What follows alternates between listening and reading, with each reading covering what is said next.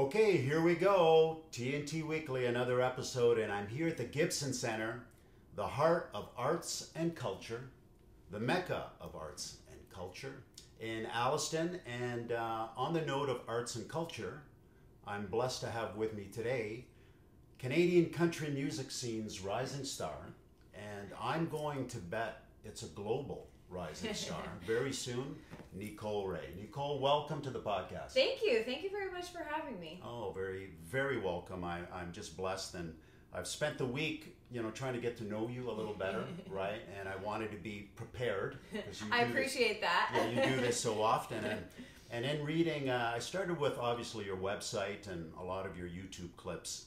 And in reading your bio, I captured a quote that really, really I gravitated to, and I'm going to read that here to our listeners, all right? I wanted to make music since I was a kid.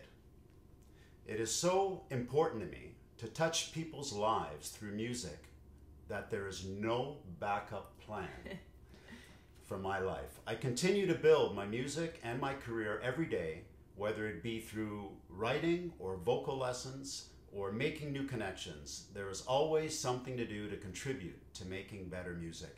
When I read that, it really captured on getting to know you so much better. Like it gave me a good presence of who you are.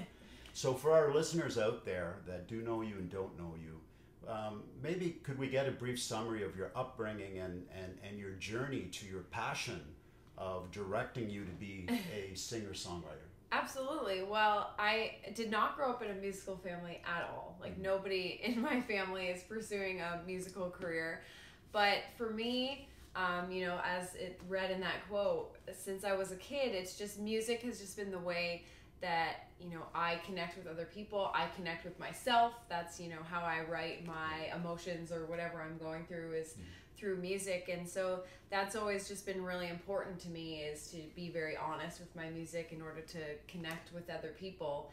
And so that was really the starting point for me as a kid. It was just, this is a way to express my emotions, connect with other people out there. And, as a kid, it was like a big dream. Oh yeah, I want to be, the next whoever. Yeah. But really, so I went to university for a year actually, and I decided to drop out because I thought, if I really want to go after this music thing, I got to do it right now. There's no waiting. And so luckily I have a very supportive family that said, are you sure you don't want to be a doctor or a lawyer? So they supported me in, taking a break from school. And I always thought, well, it's always there if I want to go back. And yeah, I really just was like, if I'm going to go for it, I gotta do this right now. And as I've kind of, grown in this career and as an artist, I've really, developed that work ethic that you were reading about in that quote, that, it's more than just a passion. If I want to make this my living, then, there's always something to work at, whether it's writing, whether it's taking vocal lessons, whether it's learning, more information about the business side of things. There's always something to do to kind of push towards your dreams and your goals. No, I could get that you're all in. And speaking on the business side of it, once you capture that passion and making it a full-time job and career for you, I mean, from my heyday, not that I want to give away my age, but vinyl, LPs, the talk about recording artists and companies and signing contracts, etc. Well, things have just changed with the internet so much. Social media, YouTube stars. I mean, my son can say, oh, the hip hop artist, he has 20 billion views, daddy. Right? He's got this, It's he's insane. got that. Yeah, exactly. How did you navigate? Like, here you are, you grabbed onto a passion, and then boom, you're automatically, I think, the next day right into the business world. How did you take off? Absolutely. I mean, it's been a lot of learning. I've done a lot of learning on my journey, whether it be how to navigate social media or, anything on the business side of things. I've really just dug in to learn as much as I can. I was lucky very early on in my career. I worked with a really great manager who sort of had that go-getter work ethic energy too, and I think she really instilled that in me. And sadly she passed away 3 years ago from breast cancer, and I miss her every day, but that work ethic that she instilled in me is still there to, always be learning, asking questions, figuring it out. I mean, even right now with COVID, I feel like I'm learning so much technology, like doing all these shows online, sitting behind the computer, the social media aspect. Some of this stuff I've never done before, and I'm just kind of jumping in right now, figuring out how to do it. I've also read up that the support while you're getting into the industry and the importance of the Association of Country Music for Ontario, of which you've been nominated for many awards.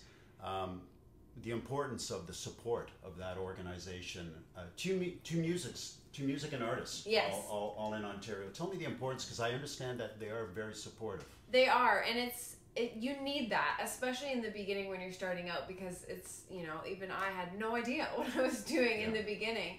And to have a place where you can go and have these people who, support you and have your back, or just give you guidance, if it's like, I need a photographer, or I need this, who should I talk to have, a sort of community and family in the industry to guide you is so wonderful and fantastic. And on the note of guidance, I know who you're going to say. I know who you're going to say. In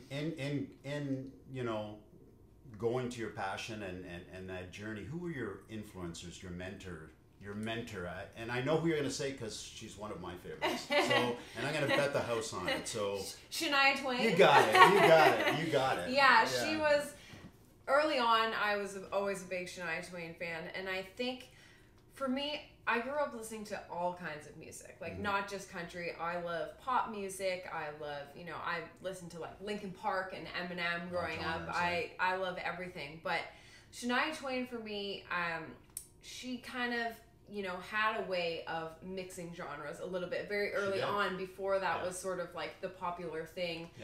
Taylor Swift's done it now, and a lot of other artists, but she had the very country and pop side, and that was a big influence for me, how to sort of incorporate more than one genre into your music. Yeah, no, absolutely. Back in the pre-COVID days, one thing that stood out for me is your travels and shows in Shanghai. And then I looked at some of the YouTube videos. They're going nuts for you. Oh my gosh. Nuts for you. Nuts. It's insane. Like, I had no idea that the response would be like that. So, my parents actually lived in Shanghai for a while, and that's how I went over there for the first time on a trip to visit my parents. And this festival was going on, and I thought, okay, how do I sort of get my foot in the door here? Because how amazing would this opportunity be?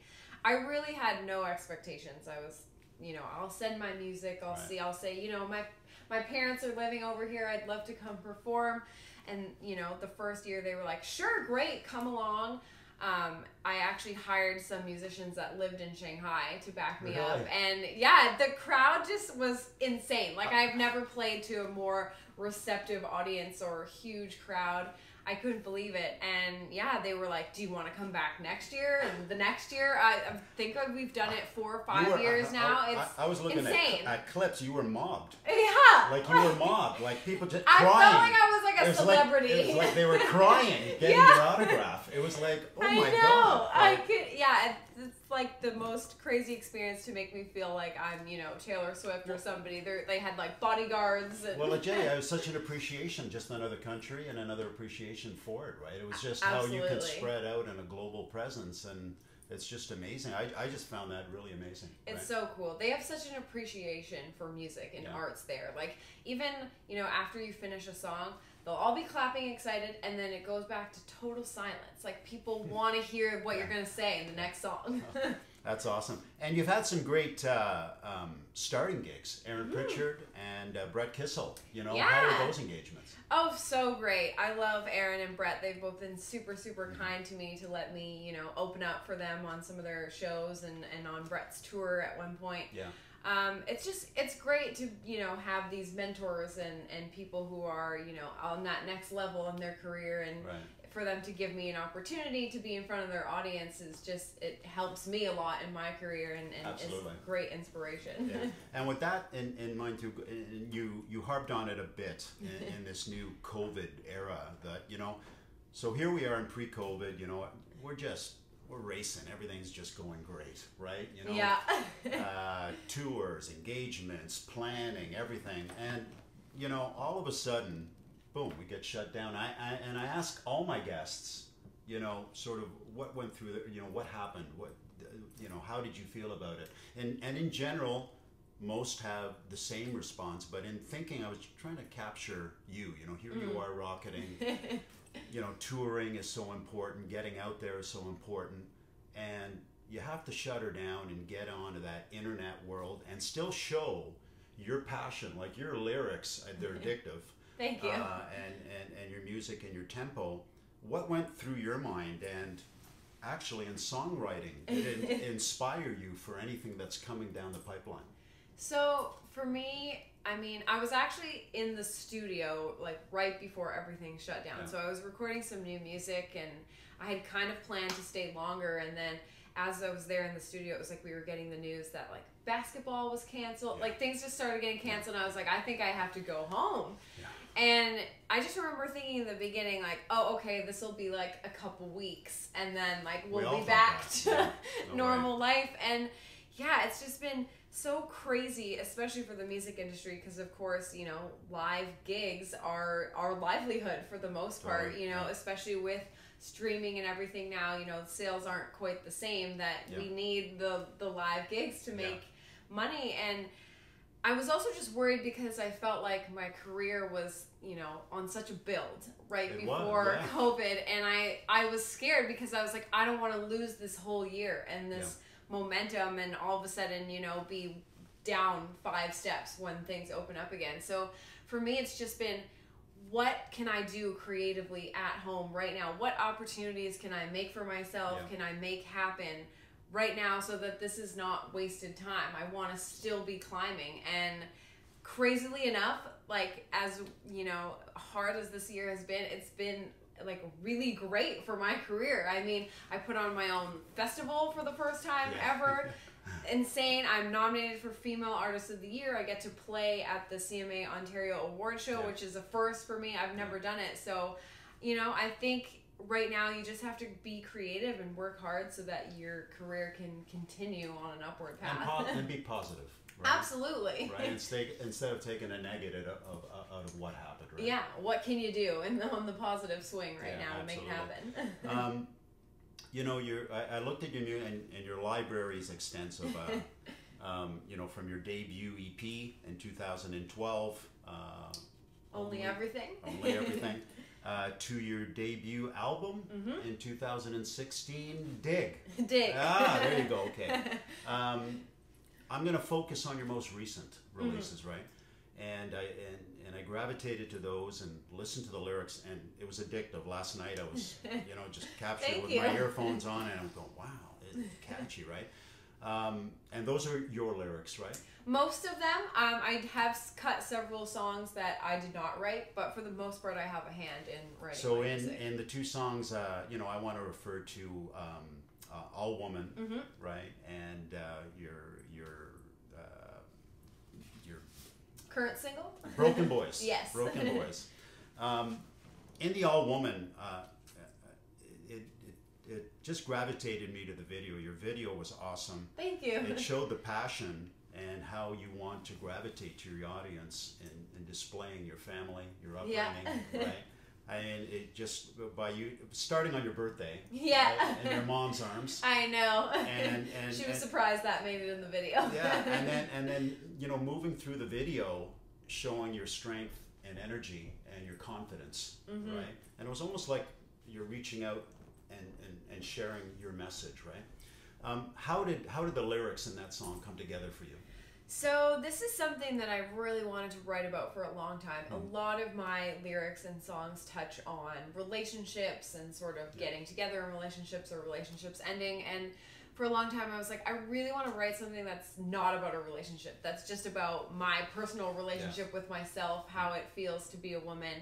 And so I started writing for this new project. I've been recording in BC with some new producers there. And so I went on a trip there with my producers, Brian Howe and JVP. And then they flew in a writer from LA. His name is Nolan. And we all just sat down and I said, I really want to write this song about being a woman. Like, do you think 3 dudes can help me write this song? And Nolan is married and he actually has 3 daughters. So he's like, oh, my life is all women all the time. He's like, I totally understand. I can help you. And so we went to dinner and he kind of like already had an idea for it. We were kind of going over it. We came back the next day and he's like, oh, I have this melody and a couple of the lyrics. Now we just need to fill it in with, you know, what you would say you are as a woman. And on it fell together. Like, it was just one of those songs where it just felt so meant to be. And I'm so glad that I finally got this chance to write a song about being a woman. It's very addictive. And as I kept on searching, then popped up another video, the girl gang version. Yes! Yeah, the girl gang version. I'm going, whoa! You know, and then all you had now, are these all friends or fans, or I didn't know if some were singers, but that was a beautiful correlation. Yeah, so most of them are all rising female stars also in Canadian country. A couple of them are just personal friends who also sing. So, I mean, it was so cool. amazing. Yeah, my whole vision for this song originally was, you know, how can this connect me with other women? Like, I wanted this to kind of be a sisterhood, bring us all together. Totally. And so, yeah, just during COVID times, I was like, well, you know, everyone's at home right now. Maybe they'll have time to, you know, sing this song. And yeah, so everyone sent me them singing their version of the song and like a little video of them. And then my boyfriend and I actually edited it and put it all together. And I get goosebumps when I watch it. So do I. All those voices. So do I. It's just like, and that followed by your debut video. I mean, it was really, really well put together. Thank really, you. Really well Thank put you together. very much. And now, you know, on your most recent release. Yes.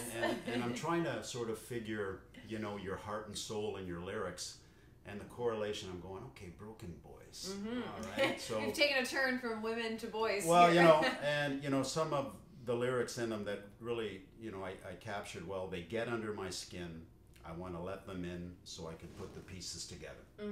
So I'm saying, okay, the strength of this woman in this all-woman song and video geared over to a relationship and you know, it's okay if you're the stronger partner. Where's this message? Is that the message I'm getting? Am I wrong? Am I correct on that? So for me, it's like, I've always been the type of person that really puts other people's feelings on like a very high stance, like sometimes above my own, which can be very dangerous because, you know, obviously you can't, you know, self-sacrifice all the time. It's important to help take care of people, but, you know, not at the expense of yourself. And so for me, it's like the message in the song is so true because it's like that was instilled in me as a kid. My dad is very much the fix-it guy, and there's always a way to fix it. There's always a way to help people and fix people.